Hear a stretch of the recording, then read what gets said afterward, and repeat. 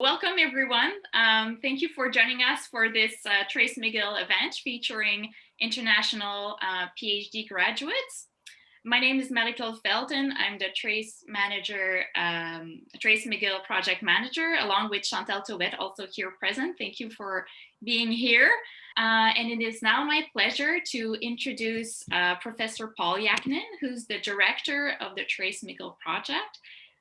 Professor Yaknin is the Tomlinson Professor of Shakespeare Studies. He's also a true pioneer in the field of PhD tracking and thinking about the future of the PhD. Thank you, Paul, for being with us and for introducing our two student moderators. Thank you so much, Marie-Claude. Let me thank the PGSS for partnering with us on this event. It's really good to be working with PGSS. And let me thank you, Marie-Claude, and Chantal Taubet also for doing all of the really hard work of building this project. The project, as you know, is providing statistical data on PhD outcomes, but it's also telling the stories of the PhD grads. Those stories are really important. And we are also building a networking and mentoring community, bringing together PhD grads and in-program PhD students, and even people who are contemplating doing PhDs. You can talk to these people. They know what it's like. They've been through it, and they are doing really cool stuff after their PhDs. Let me also mention that this is really important for me personally, because the next step, I think, in my work will be to study the PhD outcomes on an international scale, connecting with partner universities in a number of different countries around the world. Let me introduce your two moderators. Shannon Hutchin is a PhD student in integrated studies in education, and Ben Coleman is an MA student in integrated studies in education. Let me tell you something. They're both doing their primary research on international graduate study. So hand it over to you, Shannon and Ben. Great. Thank you so much for that introduction. We're really excited to be on this panel for international career pathways for PhD students. And we're really happy to have our guest panelists with really diverse experiences. So admittedly, as an international PhD student myself, I really was looking forward to hearing what our panelists have to say. And I want to talk a little bit about how today is going to unfold. So we're going to start with letting our panelists introduce themselves and give a brief summary about what their PhD experiences look like in their current professions. And then we'll start the question and answer portion. So Ben and I are going to alternate asking questions to our lovely panelists and give them a chance to respond. So after we've done that for maybe 40 minutes, we'll have the opportunity for you to ask your own questions in the chat. All right, so just for the ease of responding, we'll ask our panelists to keep the same order as they respond to the questions. But if you need a moment to reflect and think, no problem, we can just circle back to you. So thank you again for letting us moderate. And Ben, I'll let you start off with asking our panelists to present themselves. Great, and just so everyone knows, if you do have a question for one of our panelists at any time, feel free to write it in the chat, or if you feel strongly that you want to have your voice heard and say your question out loud, you can just write, I have a question, and we'll try to call on everyone in order and make sure everyone's questions get answered. So panelists, please, can you introduce yourselves with your name, what your PhD was on, try to keep it brief, and what you're currently doing, what your current job is. Why don't we just go in alphabetical order? Is that easiest? Lilia, do you want to start us off? Sure, I don't mind. So my name is Lilia Esquilsen Torres. I was an international PhD student in Hispanic studies, originally from Mexico. I did my PhD in folklore dance, like Mexican folklore dance and culture. And I tried to do an international view of it. So how it was in Mexico, in the United States, and in Canada. And I am now a fellowships officer at graduate and postdoctoral studies. I started as a work study there while I was doing my PhD. So there's a lot of connection. It doesn't seem like it, but there is connection between what I did and not only in terms of how I got the job, but in terms of what I did during that time. So I'll be glad to answer any questions. Thank you. Marco. Hi, everyone. My name is Marco Piana. I was an international PhD student at the department, was a sub-department of Italian studies. I researched mostly Latin and vernacular poetry from the 16th century, and especially this crazy, weird poet named Gianfrancesco Pico, who saw demons everywhere. It was a blast. I had a great time researching this weird poet. Nowadays, I am visiting assistant professor at Smith College, Massachusetts, and I'm director of Scuola Giovanni Grasso, which is a Italian theater and opera school in Montreal.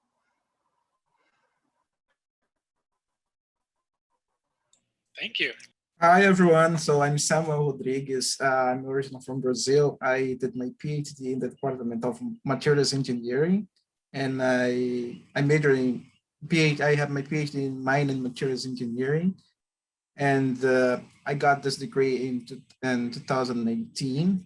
And nowadays I became this year an associate professor. I started as an assistant professor, but I became an associate professor at the Federal Institute of Science, Technology, and Education in Maranhão. Here is the northeast city in Brazil. Is the city that is like between the transition between the Amazon region and the northeast area of Brazil.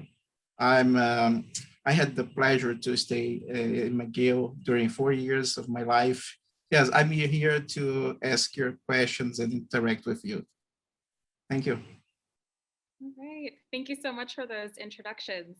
I guess my first question is just starting at the very beginning on why you wanted to do a PhD at McGill and how did it link to your career goals? I guess I'm starting. Yeah. So why did I want to do a PhD? I wanted the whole academic package, you know. I think a lot of us that go into a PhD, that's what they dream of, right? Being a professor and you know, have all these experiences, international experiences too. Like I had this pretty cool profs in my MA that I really admire, and I wanted to be like them. And I chose McGill.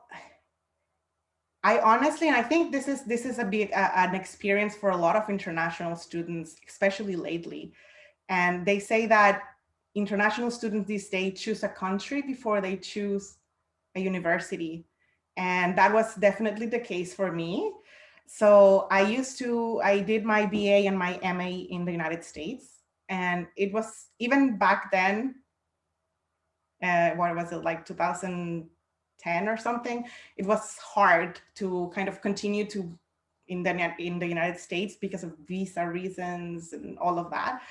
So I said, you know what, I don't think I want to go back to Mexico to do my to do my career. So if I want to continue this international thing, I need to choose a country that is more welcoming. So I chose Canada first.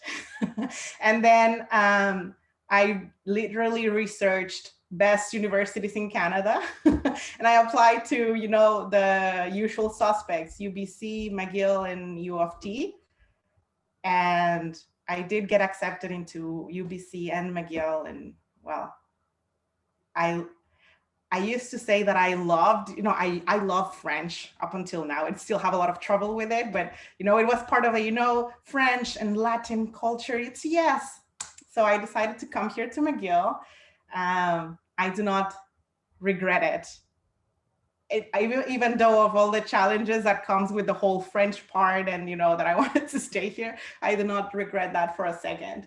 But that's it. So and they had a good program in the sense that there were professors in the department that had a good range of what they were researching. So I didn't think it too much, and here I am. The rest is history.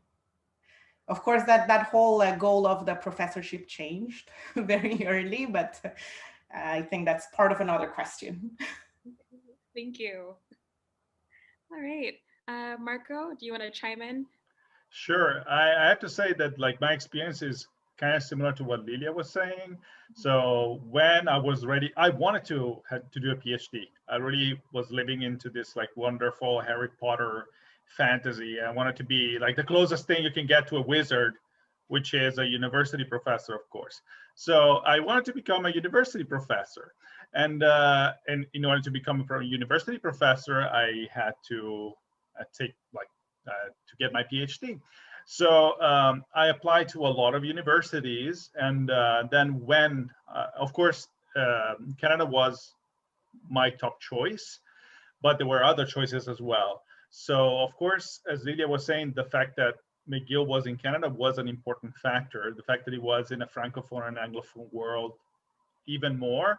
And of course, when it comes to these things, when you're an international student, funding is important too. So the fact that McGill offered very good funding in a city that is actually quite affordable compared to a lot of other cities in North America played an important factor as well. And I'm very happy with the choice that I made. Like I had a great time with my supervisors and with the department, and I love Montreal. So like a lot of friends of mine know very well how much I miss the city and how much I always talk about how I love Montreal and I want to go back to Montreal. Of course, I love Northampton as well. It's a wonderful town, but that experience really marked me, and I'm very glad I chose McGill for sure. Thank you. And going on to Samuel. Okay, so I can say that my history with McGill University started when I was doing my undergrad course in physics here in my city. I was like, I received a scholarship to do initial research, even when I was undergraduate student. And I started reading a lot of paper from Professor John Jonas from Department of Materials Engineer from McGill. And as I started to read the paper, I got like to know that he's the most well-known and expert in physical methodology in the world. And my professor, supervisor, undergraduate professor told me that, okay, what do you think about to go to McGill one day? And I had a problem because that time I didn't have my English like fluency to go to McGill. And I believed on her like suggestion. And I went to my master's degree and in the same university. And as I took my master's degree and I did research in a related field to his like area of research. And I started to read more about this professor.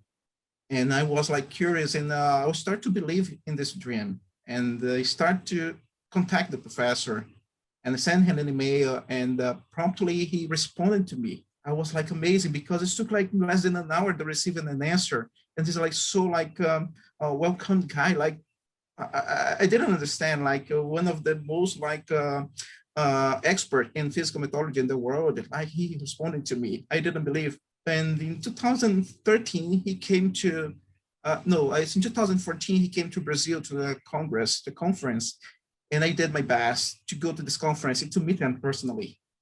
And I had the chance to meet him personally. I was starting to improve my English skill to go to McGill, to be accepted by McGill. And at the time, and he told me, so you are welcome to come to McGill. I see that you want to learn. You are studying a lot about me. You're studying a lot about physical methodology. So you have the chance. Just apply for McGill. I can provide a letter of acceptance, or in McGill can provide a letter of acceptance to you. And I did so, and with the letter of acceptance, I applied for my Brazilian agents funding and also received a scholarship. So the dream came true. I didn't believe. And when I got into McGill, I started to do my PhD with him. I realized that he's like a very, I see like it's different kind of person that I brought my family with me to McGill. I was already married and I brought my family with me. And he just told me, okay, for the first like 2 days, you can like stay in my home with your family. I can like help you. And he did like a lot of things on my behalf. For example, he found a good apartment to rent at first. And it was amazing that the time. This was, I didn't believe that I would be like, have the chance to go and do a PhD abroad. out of Brazil. And I had this great opportunity. This my story, my history with McGill University started in this way since my undergraduate studies, and I had this wonderful opportunity. And I can say I will have like much more time to tell that was the greatest times of my life that I stayed in Montreal. Now I like Marco Piana told, like Montreal is a wonderful city. I miss a lot Montreal, and I have a lot of friends in Montreal. And as soon as possible, surely I will visit Montreal again. That's it. Thank you. So the next question we have for all of you, what's something you wish you had known or wish you had done during your PhD to prepare yourselves for the job market?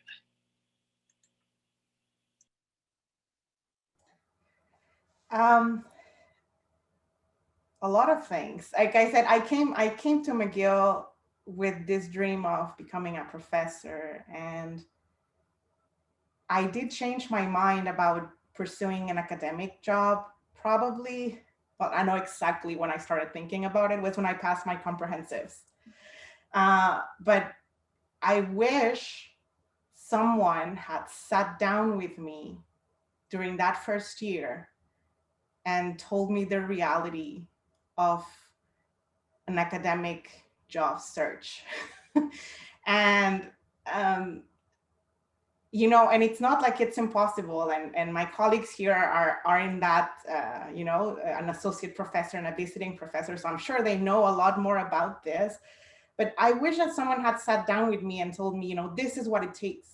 And this is what you'll have to do to even become a good candidate for this kind of jobs. And only, not because that would have stopped me, but because I would have started to take other measures back then. So when I decided after my comprehensive, I didn't decide right away, but you know, I said maybe this academia thing is not for me. Mm-hmm. I started looking, okay, so fine. So if this academia thing doesn't work out and I do decide like, what do I need to do? So I started taking, you know, every skill sets workshop at McGill, and every opportunity I had to do something that was not related to academic search, you know, like there were a lot of workshops about writing papers, and great, I did those, but you know, I wanted to take every opportunity that had nothing. There was like something like a business skills for graduate students also at some point. I went and took it. And I feel like if someone had opened my eyes before, I would have taken more of these opportunities like earlier. Just because, you know, it's good to have options and consider all of those challenges when you're starting. And, you know, it doesn't hurt. Like a PhD is already, it's a long journey. Even if you do it in 4 years, like Samuel did, that was amazing, by the way.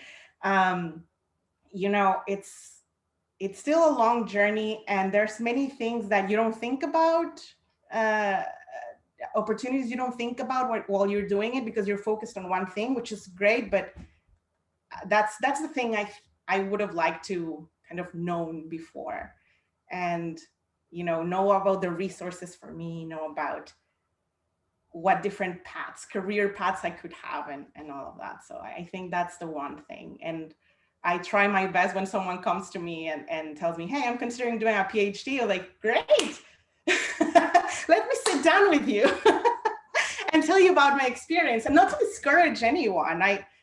I still really like academia, and I'm still in the university environment because I feel I still find it very fulfilling. But yeah, that's it. Like, I wish I had someone or some talk of at some point earlier in my PhD. That's it. I could not agree more. Lydia, you made a lot of great points.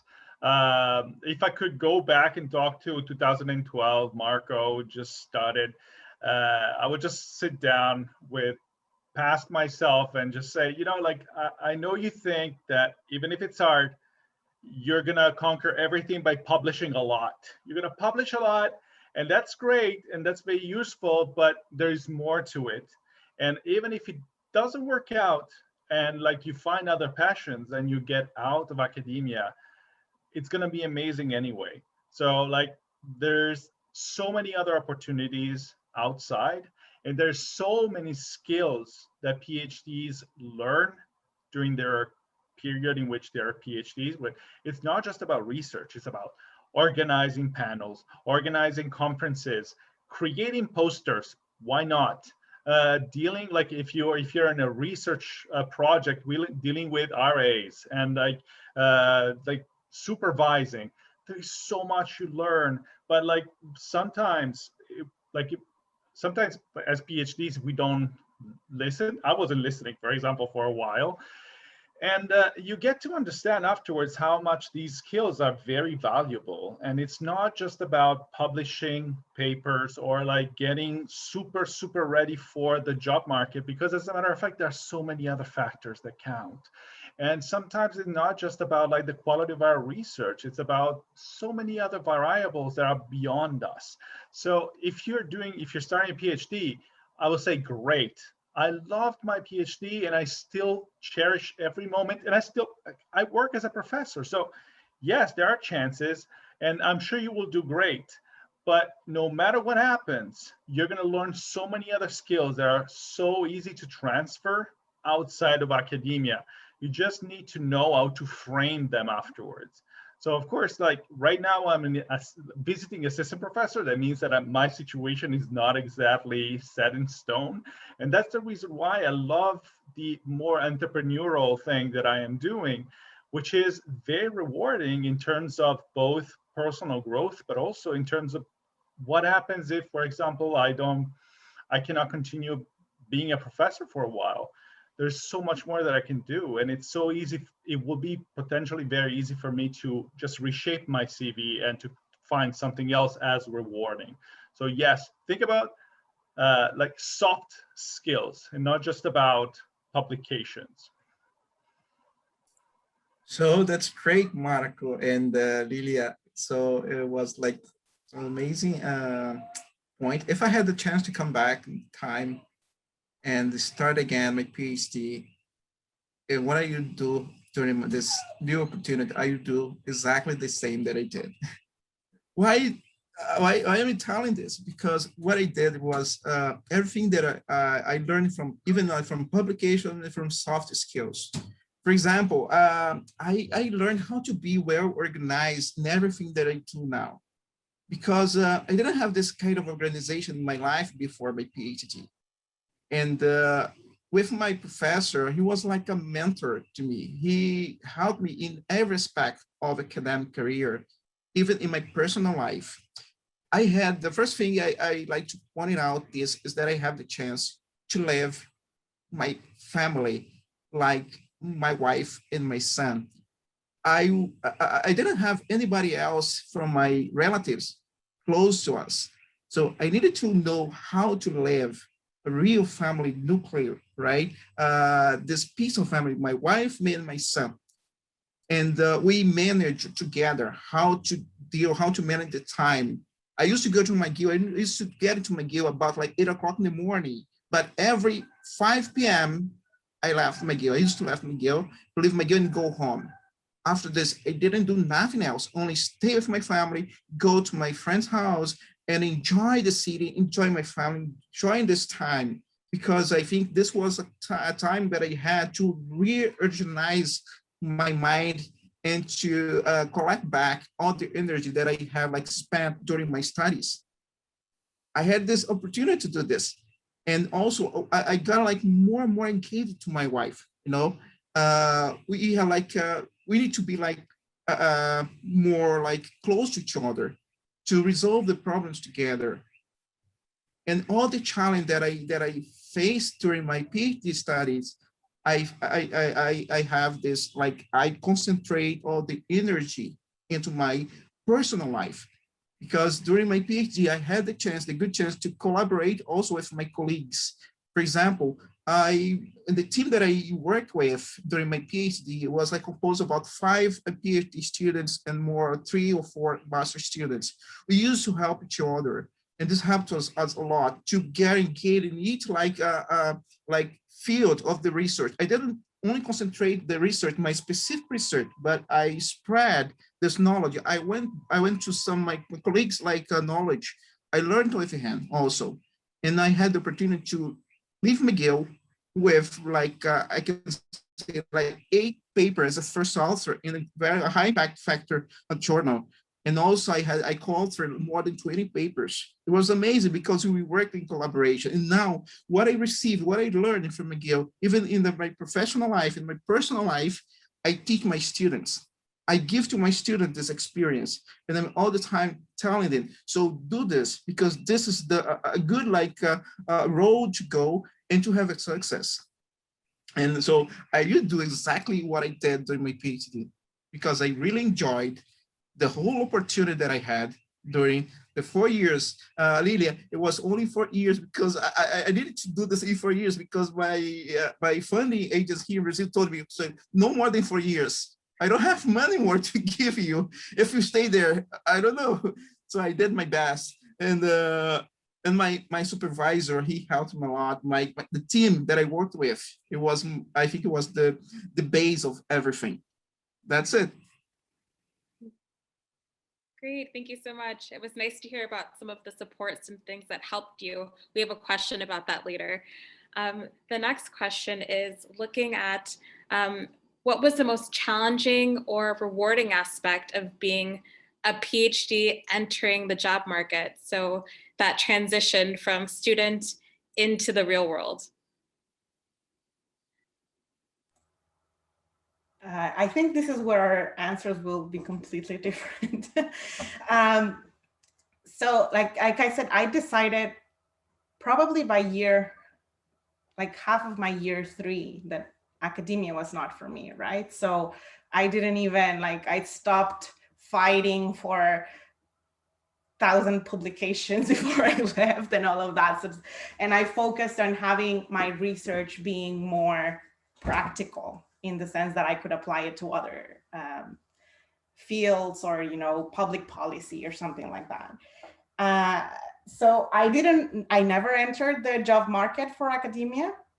What I did, however, was I thought that one of my weaknesses, I guess, for when I went out of my PhD into the Canadian job market, because at this point I had applied for a permanent residency and said, yes, I'm staying here, was that I had all of my job experience was, teaching assistant, research assistant, lab assistant. And, it sounds great when you're going for academia, but then it's hard sometimes for employers to see the value of that if you're going for something else. So it was a combination of 2 things that drove me for a work study position. So 1, I wanted work experience that wasn't, research related. And 2, my funding ran out. So Samuel, my funding also ran out and I still could not finish in 4 years. So I went into this work study and I got a part-time job at graduate and postdoctoral studies where I still am. And that opened, the door for me to prove what my skills are, to prove to myself what my skills were. Because when you have been in academia and, being a teaching assistant and research assistant and teaching for so long, it's like, you think that's the only thing you can do other than research. And, being thrown into this very clerical position, it was like, I can do this, and at the beginning it was very simple, but of course, I tried to get involved in other things because I at some point it kind of got a little bit boring. So I tried to get in, involved in other things and agreements. And my supervisor at that time she's a really cool person. And I would help her with disagreements because I spoke Spanish, and it kind of grew from there. And I had the chance of getting an opportunity for a permanent position when I graduated.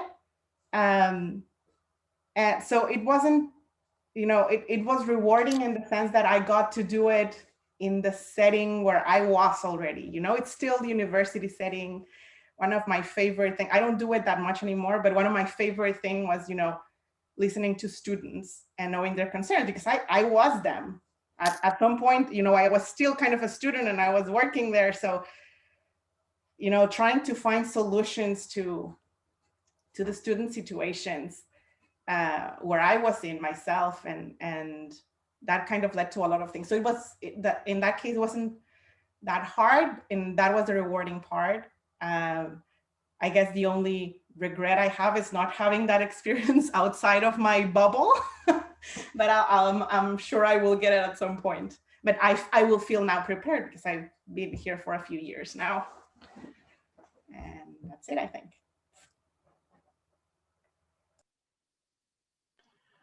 So my personal experience is the experience of a PhD in humanities. So I couldn't vouch for anyone who's doing sciences. Most of my friends who are in sciences had a very different career in a very different way. Some people remained within academia. Some people just decided to go and work outside academia. But I cannot really relate with what is their path, let's say. Personally, I think I've been extremely lucky in my personal career as a former PhD and now as a visiting assistant professor, because right now the usual path that sees like, okay, you have a PhD, then you're going to apply. There's a lot of jobs out there, even in humanities. You're going to find a great position if you have enough. Like if you're known for your publications, if maybe you have already a book, wonderful. And then you're going to find a great position somewhere in North America. There's room. The situation is changing. I will not lie about that. It's shifting, and it's shifting in a way that is, it could be worrisome for people who would like to pursue their career beyond the PhD in academia. So my personal path was, after my PhD at McGill, I accepted a short postdoc at U of T. And then for a crazy amount of luck, I received an offer from Smith College. And now it's my second year at Smith College, going towards a third year. So like, I never stopped working in academia as a teacher, as a researcher. And this is something that I call lucky, because a lot of people could not do that. I know a lot of amazing researchers, amazing teachers that waited for years to get to the right opportunity. Like, I'm not just talking about 2 years, sometimes it's 10 years. 10 years of staying within the orbit and try to work with something else. So even if they're amazing, I absolutely, like, they're outstanding researchers. Like, I could not believe that they waited for 10 years to have the right opportunity. But unfortunately, the way in which the market works right now is it's a tough situation, especially for the humanities.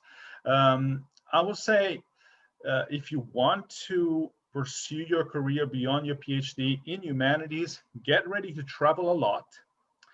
Get ready to, like from year to year. I mean, like, it could be 1 year here, 1 year there. You might never know. Sometimes prepare to be like without a job for a couple of years, maybe. So there's a lot of things that you should put into consideration if you want to pursue with an academic career in the humanities. Of course, it's absolutely rewarding. You get to travel a lot. You get to teach, which is one of the most rewarding things in the world, I think. But of course, it comes also with a lot of like less pleasant aspects. For example, working with a great environment, and then the year after you have to start over in an environment that maybe will be better, but maybe not. And it's something that it's super fun in your 20s, but when you get in your 30s, personally, I found it a little less fun. But of course, the passion that I have for my job is great. And right now I'm in a wonderful position. So I'm just like a little scared that this situation will change. So I just, like, as a good Italian, I will just cross my fingers that it won't. So in any case, it's a great job. Just beware and get ready, because it's a tough market out there. That's true. That's true. So my transition from academia to university to become a professor here in Brazil, I went to McGill the with the option to come back to Brazil and have a job, because my city is a kind of it's located in the region that is so in the northeast of Brazil, that we suffer from the lack of professors with PhD level. And I had in mind that I would have my opportunity. So I always focus on like doing research, how to write for funding application, how to write in paper, how to do research, how to supervise students. So I went to McGill with this in mind already. And I was kind of a luck person as well, because I can see, like, if I would come to the southeast part of Brazil, the south part of Brazil, I'd face like a lot of battles where like there are a lot of professors with PhD degree, and they are consolidated in the research and high level research. But as like I come back to my city and to give the opportunity to the other students that I'm having now, and now I can say that I'm a kind of a channel to lead my students to go and take a PhD abroad and come back to complete and to fulfill this gap. I can say that for me, it was not that like much difficult to make this transition from the PhD studies and to sit down back in my city and having the professor opportunity, professor job. And this is why in a short time, I became from assistant professor to associate professor. I think because the opportunities, still there's a lot of opportunity. And I also like to say to all the students here, PhD student here, if you have opportunity in other places around the world, don't hesitate to travel. Like Marco said, so you must bear in mind that travel is also an opportunity to go to other places around the world. And I think when you get like the knowledge from McGill, that is one of the best universities in the world, and other universities around the world will accept you, you'll have opportunity in other places there are a lack of this kind of professionals if you want to go to academic career. And also industry. I also have opportunity for industry, but I decided to stay in academia. And also I work with my students doing research for industry here in the city. That's good, because also the industry here in the city is suffering from other like center of research that is far from my city. So as we have like professional here in the close to the industry, they will give priority to the professional that is close to them. And I like to let you know, please don't hesitate to go abroad, to go to other places, look for the opportunity. Around the world, there are spaces, there are opportunities to you. That's it.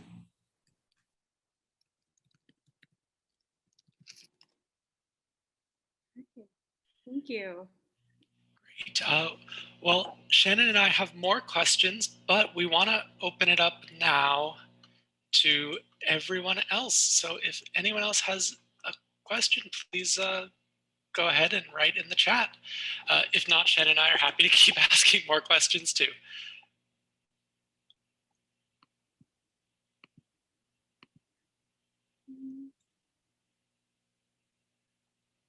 Oh, I think we did have one question earlier up. This one is specific to Lilia, but I think other people can jump in as well.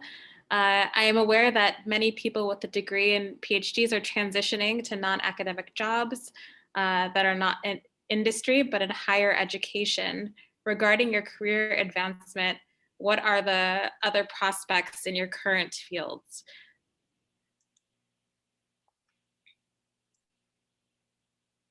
So I think even if you took the academia route, maybe just leaning in on other job opportunities that you're aware of. There's a lot, and again, there's a big, the disclaimer that Marco gave. Like, it's very different from someone with a PhD in humanities versus someone, in engineering or the sciences, or even in social sciences. Sometimes it's a very different story, and there's a lot of support of how to transition to industry. in the case of the humanities, I'm not gonna say it's not there, but it's lacking. I actually am starting a group with some friends from the PhD to create this kind of community of PhDs in Latin American and Hispanic studies. We might open it more to other humanities PhDs because we see there's a big gap in there. But you know, I think the hardest part of doing that transition is realizing what you're capable of.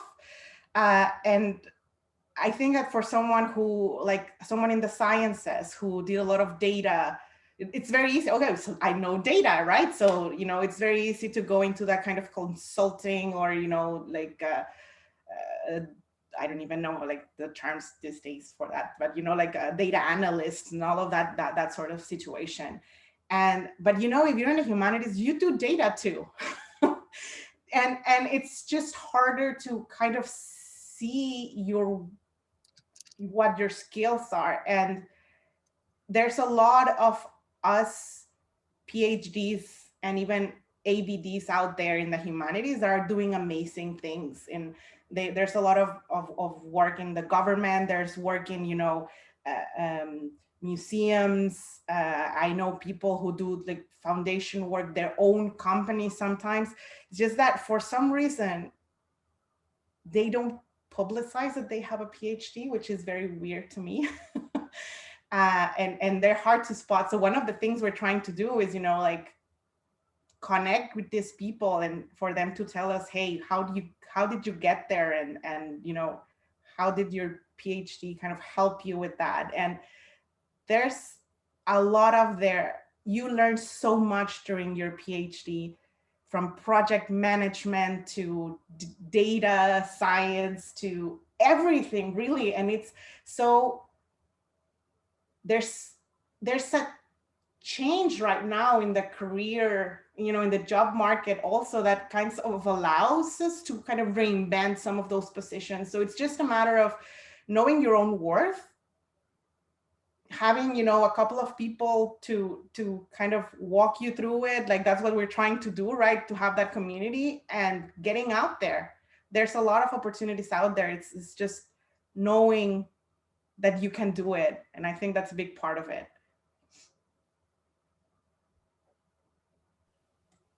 And so our next question, I think this is for everybody. How long, so Marco, I think you might have scared some people talking about 10 years to find the right position. So this question is, how long did it take you three to get a job after graduation? And this is a two-parter. Did you ever feel overqualified for having a PhD when you were looking for a job? And that's for non-academic jobs. I guess I can start again. So I already told you how long it took me. No, not long at all. I transitioned from my work study position to a full-time. It was still a clerical position. And I did mention that at some point it was getting kind of boring. So I'm not gonna say that I wasn't overqualified. I was, but also, you know, at least I had the joy and the great opportunity to be in a place where people realized what I could do. And it wasn't long till I had another opportunity to do something else, right?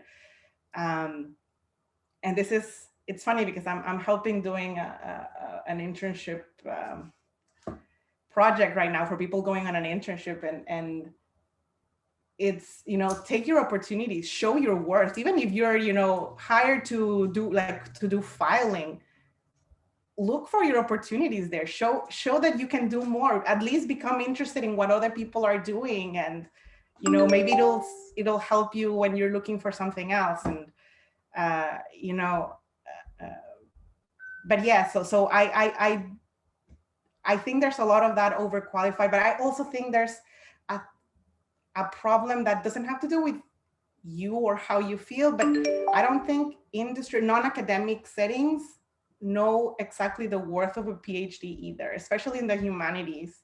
It's like, oh, so fine, you have a PhD in Hispanic studies, so why do you want to work at this company? Like, how does that have to do with anything?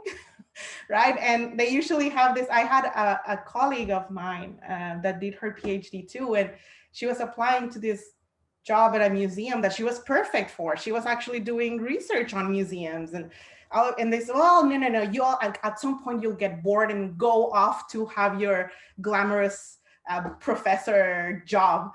And that's why they rejected her. It's like, wow, like one, they don't know anything about the job market in academia, and two, that's not true. So there's a lot of work to do also in awareness of the value of a PhD out there in industry that has nothing to do with you. But at the same time, if you do land a job that you may be a little overqualified for, that's your chance too to make a difference, not only for yourself, but for the rest of us people looking for a job outside of academia. Like, prove your worth. You know what you can do, and once you start like putting yourself into it, you realize, hey, I could do this and I could do that, and you know what my boss does, I could do that too.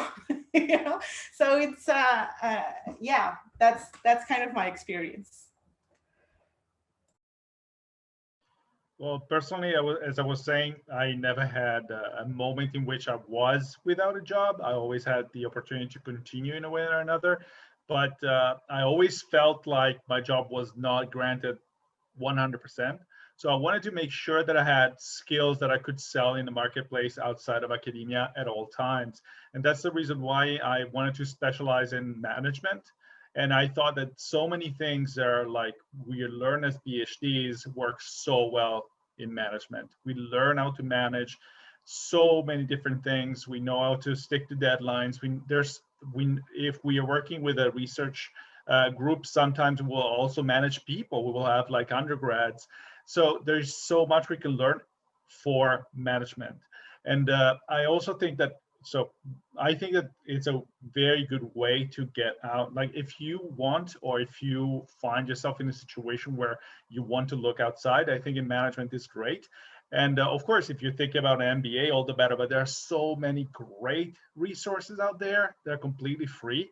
And with a mind that is trained for a PhD, it's so easy to learn those things. And like you can get ready to actually apply for very good jobs in just a few months. I'm not kidding. Like the preparation is there, the mind is there. So just go online. There's a lot of free, almost free opportunities to learn so many skills that will enrich your CV in no time. And then you find yourself and you say, okay, yeah, I have a PhD in humanities, but I also managed all these things. I organized all these things in all these years. I had all these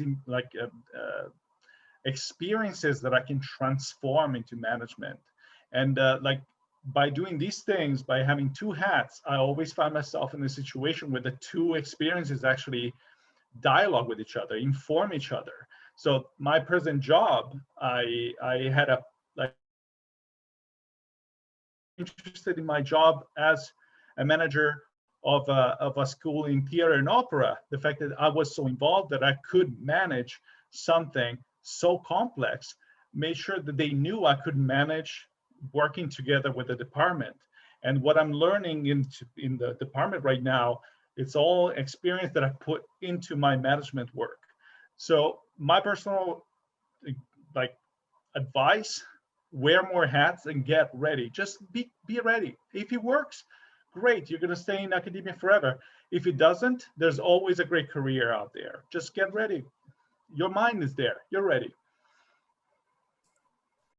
I'd like to complete this, like if you manage how to finish a PhD studies, that is not easy. Even though you finish in 3, 4 years, 5, 10 years, it's not easy. It's a kind of, I say again, it's kind of acquiring soft skills. If you learn this, it doesn't matter which field of research, field of a PhD you have. So you are ready, you have a value.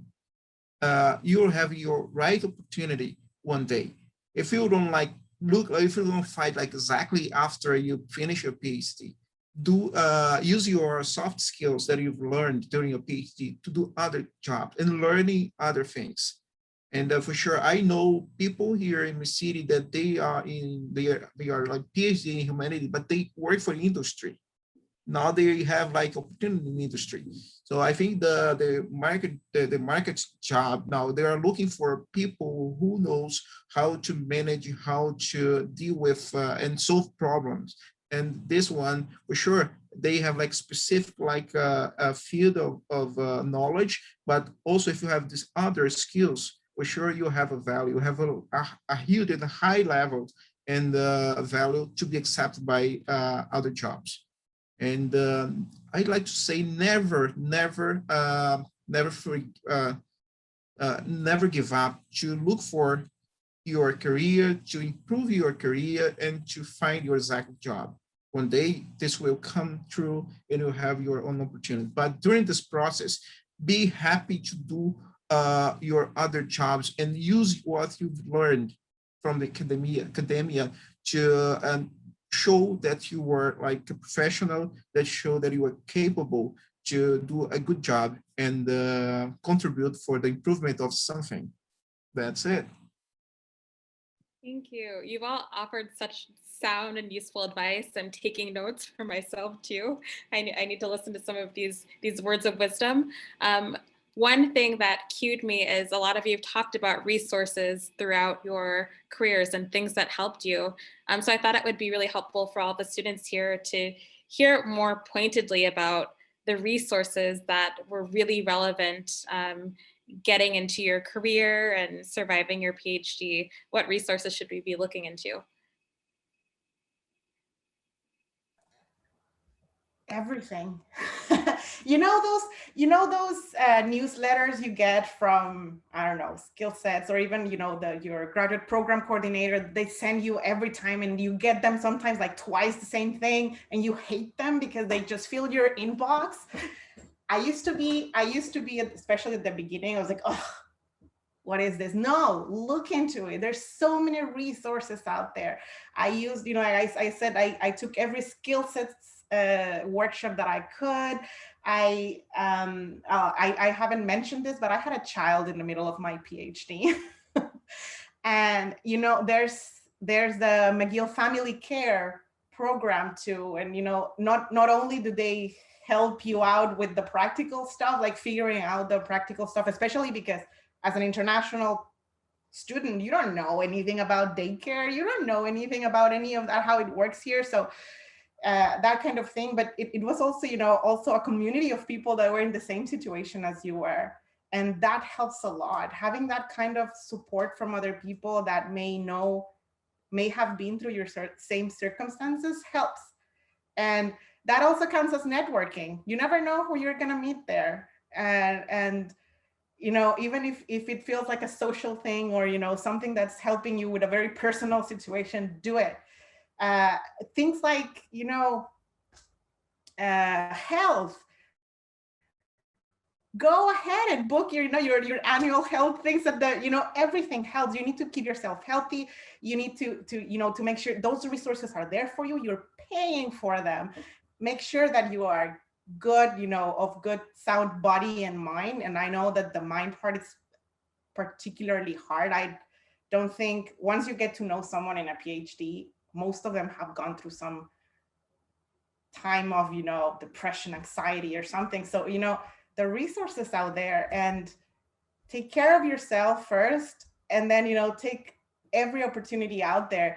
Seminars outside, sometimes you get opportunities for an internship somewhere that you say like, maybe do it. If you have the interest, do it. Find the time to do it. You will have the time to do it if you really want to look for it. So it's those opportunities are there, and we publicize them. Now that I'm working in the administration, I know we publicize everything. It's just sometimes it's hard to get to it because we receive so much as students, and I know we have a lot of on our minds, and sometimes we screen for the very important things and forget about the other things. But it's important, once in a while, go back, check those newsletters, and take advantage of whatever you can. Oh, sorry, not just to add, and there's a lot of outside too. You know, if you're transitioning into non-academic, I can't share yet what I'm doing with the humanities because it's not public yet. We're still working on having a good base before we launch it officially. But you know, there's the post-academic, there's the organization of post-academics or something like that. You know, get involved in all of those. They may not all be in your field, but the resources and the networking that you find there too are very useful. So Google leaving academia. I'm sure you'll get a lot of things in there. Thank you. I'm cognizant that we're running short on time, but Marco and Samuel, I would love to hear like your top resources quickly. Thank you. No pressure. So, like, personally, I will have to say, believe it or not, it was Reddit. Reddit was great. Now, for like, skill set was fantastic. It was a very good way to start. But in the moment in which I was like saying, okay, I want to do an MBA, but I don't have the time, I don't have the money. Like, what should I do? And then this great friend of mine told me, like, check on Reddit. And I said, like, really? And then I found all these subreddits where they were giving like great advice on how to find free and like high quality courses that were not as good as an MBA, of course. Like the MBA gives you an extra edge when it comes to networking and everything else. So please consider doing an MBA if you want to become like a manager and so on and so forth. But like Google provides a lot of great courses. Facebook provides great courses. HubSpot provides great courses. They're all free. Of course, there's a catch. Of course, they advertise their work there, but that it's important. Like you find it everywhere. So, and those are completely free, and you learn so much. And then they can give you certificates that at first may sound crazy. Like, what am I going to do? I have a PhD. Why do I care about this tiny certificate? But then you start accumulating them. And then that's how you build your CV outside of academia. Yes, I have a PhD. Yes, I research in crazy demonic powers, but I also know how to do like marketing and all these things. So like look into it. Reddit is my #1 choice. It's not sponsored by Reddit.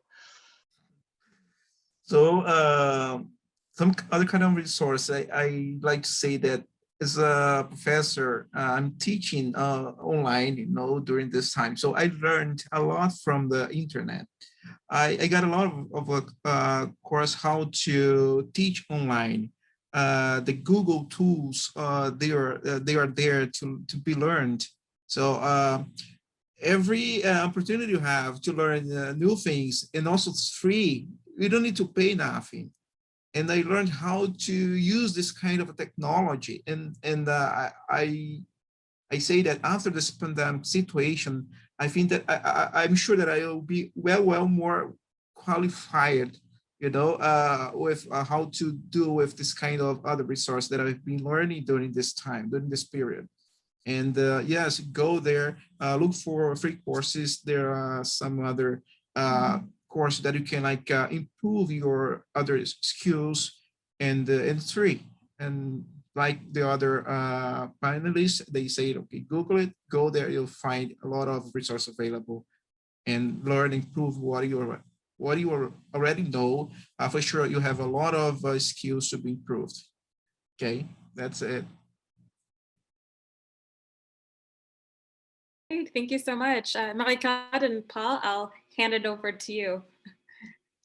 Yes, thank you so much for our wonderful panelists, our wonderful moderators. I think it's been a great panel. It was very insightful to hear you about your own experiences, challenges, but also what you feel about your experience doing a PhD and beyond the PhD.